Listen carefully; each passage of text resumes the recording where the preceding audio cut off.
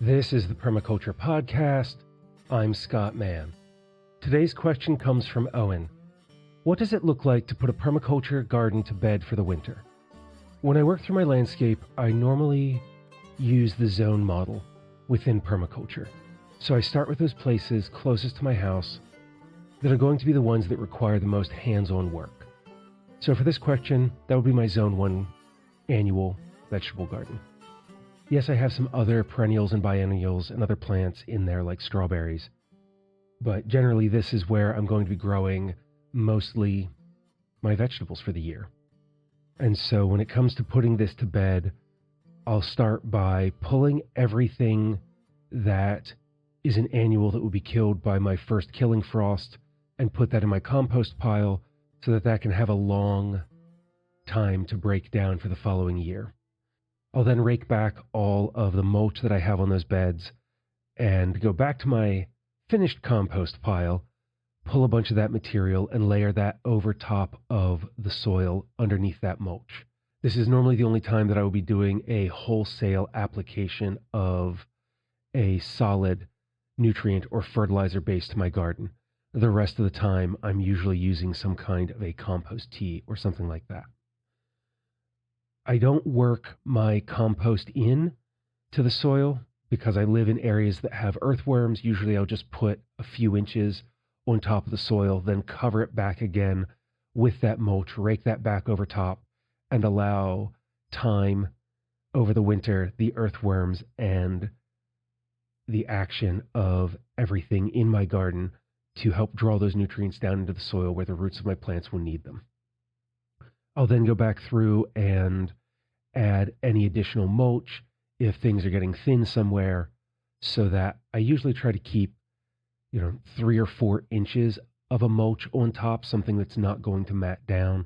I'm a real big fan of wood chips, especially with using that layer of compost as kind of a nutrient barrier. As those wood chips decompose, they will use some of those nutrients from the compost, but that helps protect my plants when I plant them next year from that action. From there, I'll move out into my Zone 2 area where I have smaller woody perennials.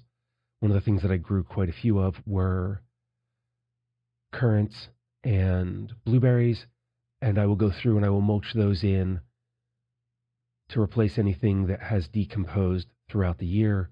So again, I have a few inches of good compost around that root system, and then go through and prune anything that may be broken or damaged. When I'm setting up for winter, this is also when I like to go through and plant any new trees or those woody shrubs and other hardy perennials that I'm going to put into my system. There's a class that I took a number of years ago with a Penn State forester. He was all but dissertation on his PhD, and one of the things that he talked about was that in a temperate climate, it's best to plant our trees and shrubs in the fall. Even though we think of them as dormant, they'll actually be sending out all of their roots and building that root structure over the winter so that they have the ability to ascend up and build a strong canopy then the following spring. Anything that I can get my hands on and get in that my nurseries have available, I try to get into the ground as I'm putting my gardens to bed. From there, I moved to Zone 3. For me, Zone 3 was largely willows that I was growing for coppice material for a fire pit and some other just joyful things around the house. Similar to Zone 2, this is when I'm going to go in and do any pruning or trimming or replanting. Zone 3 is also where I would grow a crop of spelt. And though I'm gluten-free and couldn't eat that grain, I used it experimentally to see what it would be like to grow, harvest, and winnow. The soil that I had in my Zone 3 area was particularly not great, and my research indicated that spelt would be something that would grow well there. It really did. And even though I personally didn't use that grain, I did harvest it so that I could replant it for the next year.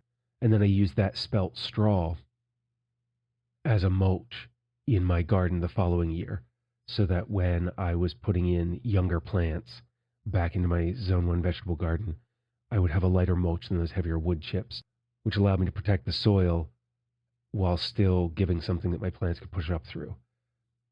Moving to Zone 4, I did have a small Zone 4 area on my property that I would grow a number of brambles for, as well as some elderberries. Those borders between my zone 3 and zone 4 were a little nebulous, but yeah, I had elderberries and brambles out there, and I grew those largely to help protect the property from flooding, so that the brambles and elderberry did provide some food, but they also helped to catch debris whenever the property that I was on flooded.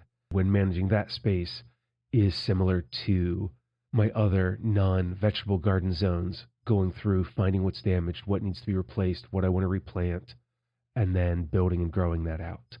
My zone 4 is not an area that I mulched.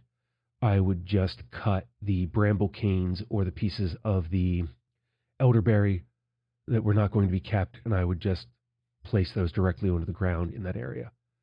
And that's what I would do to put my permaculture system to bed. As you can hear, I wasn't doing any animal agriculture at the time, other than welcoming in our whistle pigs and deer and bear and other creatures in the area to come and enjoy my bountiful harvests. One thing that I would do as I put my permaculture system to bed is that this is also when I would start planning for next year. Doing those walkthroughs, seeing what I needed to remove, and use that to make decisions on what I wanted to plant the next year. I go back and I review my logs on what my family ate, what we didn't eat, what came into season at good times for my family, what didn't, and use that to put together a plan for the following year. For me in North America, Pennsylvania at the time, my first killing frost was usually in mid to late October. So I would spend much of October putting my permaculture gardens to bed for the winter. And then I would use November and December to start putting those plans together for the following year, so that when my seed catalogs start arriving late December, early January, that I can sit down, pull those up, compare them to my plan, and start to get my current plant lists together and compare that to what seeds I had kept. Start doing my seed tests, see what's viable, what isn't, and then, start placing my orders.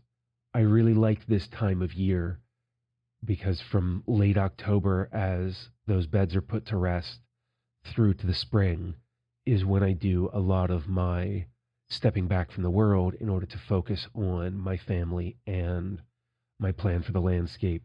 We're not traveling as much. We're not doing as much outdoors away from home that we might do during the spring, summer, and fall.